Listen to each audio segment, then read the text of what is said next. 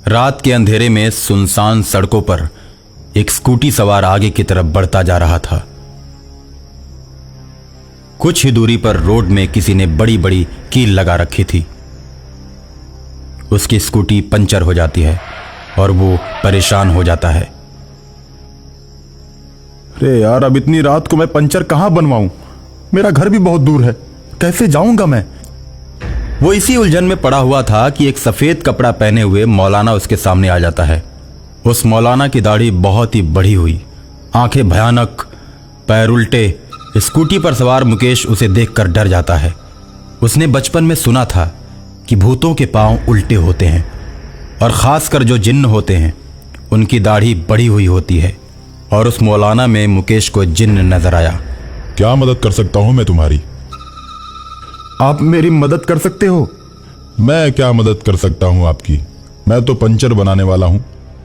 मैं आपकी गाड़ी का पंचर बना दूंगा, क्योंकि कुछ ही दूरी पर मेरी दुकान है। लेकिन पैसे दुगने लगेंगे। रात को दुगने पैसे लेता हूं मैं। ठीक है, इतनी रात को पंचर बनाना कहाँ आसान काम है। मैं तो तुम्हें दुगने नहीं, दुगने से भी ज्यादा पैसे दूंगा। बस तुम मेरी स्कूटी का पंचर बना दो। ठीक है साहब, गाड़ी आगे लेकर आओ, वहीं पर मेरी दुकान है। मुकेश गाड़ी को लेकर आगे जाता है। वहां पर एक छोटा सा बल्ब जला होता है। वहां अपनी स्कूटी को लेकर पहुंचता है। जिन्नात उसकी स्कूटी का पंचर बनाता है। ये लो साहब, तुम्हारी गाड़ी ठीक हो गई। अब जब भी आना मेरे ही पास आना। मैं पंचर बनाने के साथ साथ ही गाड़ी का मैकेनिक भी हूं। मुकेश पंचर बनवाकर चल देता है। जिन्न खुश हो जाता है और अगली गाड़ी का इंतजार करने लगता है।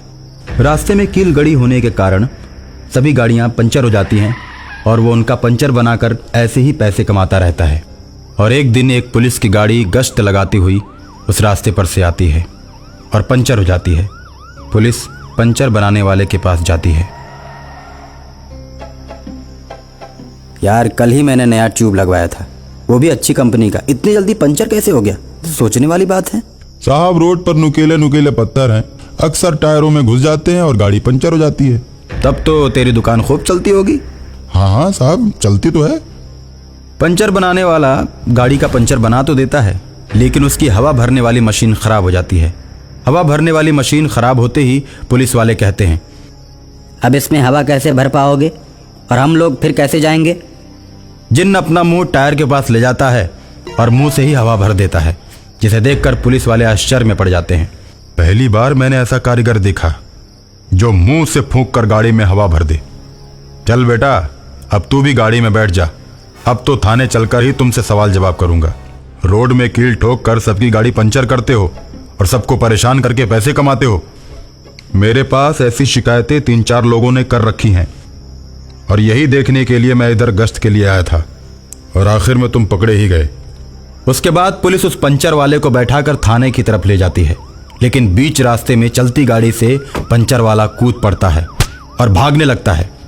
पुलिस उसका पीछा करने लगती है और वो पुलिस को दौड़ा दौड़ा कर बहुत दूर तक ले जाता है और सुनसान जगह पर ले जाकर सभी पुलिस वालों को मार देता है और उसके बाद अपनी दुकान पर वापस चला जाता है। ये बात शहर में चारों तरफ फैल जाती है कि अज्ञात उग्रवादियों ने गश्त करती हुई पुलिस बल को मार डाला। पंचर वाला अखबार पढ़कर बहुत खुश होता है।